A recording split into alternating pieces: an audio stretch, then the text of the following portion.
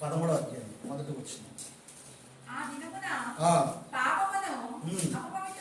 పాపమును అపవిత్రతను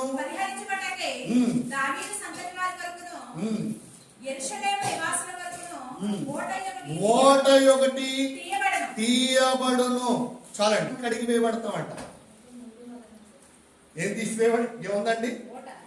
ఈ పాపమును కడగడానికి, అపవిత్రతను కడగడానికి ఓట ఉంది. ఆ ఓట ఒకటి ఏం చేయబడింది? ఏది ఆ ఓట? యోహాను రాసిన మొదటి పత్రిక మొదటి అధ్యాయం 7వ వచనం. యోహాను రాసిన మొదటి పత్రిక మొదటి అధ్యాయం 7వ వచనం. అయితే ఆయన వెలుగులోనున్న ప్రకారము మనము వెలుగులో నడిచిన యెడల మనము అన్యోన్య సహవాసము గలవారమయ్యుందుము. అప్పుడు ఆయన కుమారుడైన యేసు రక్తము ప్రతి పాపం నుండి మనలను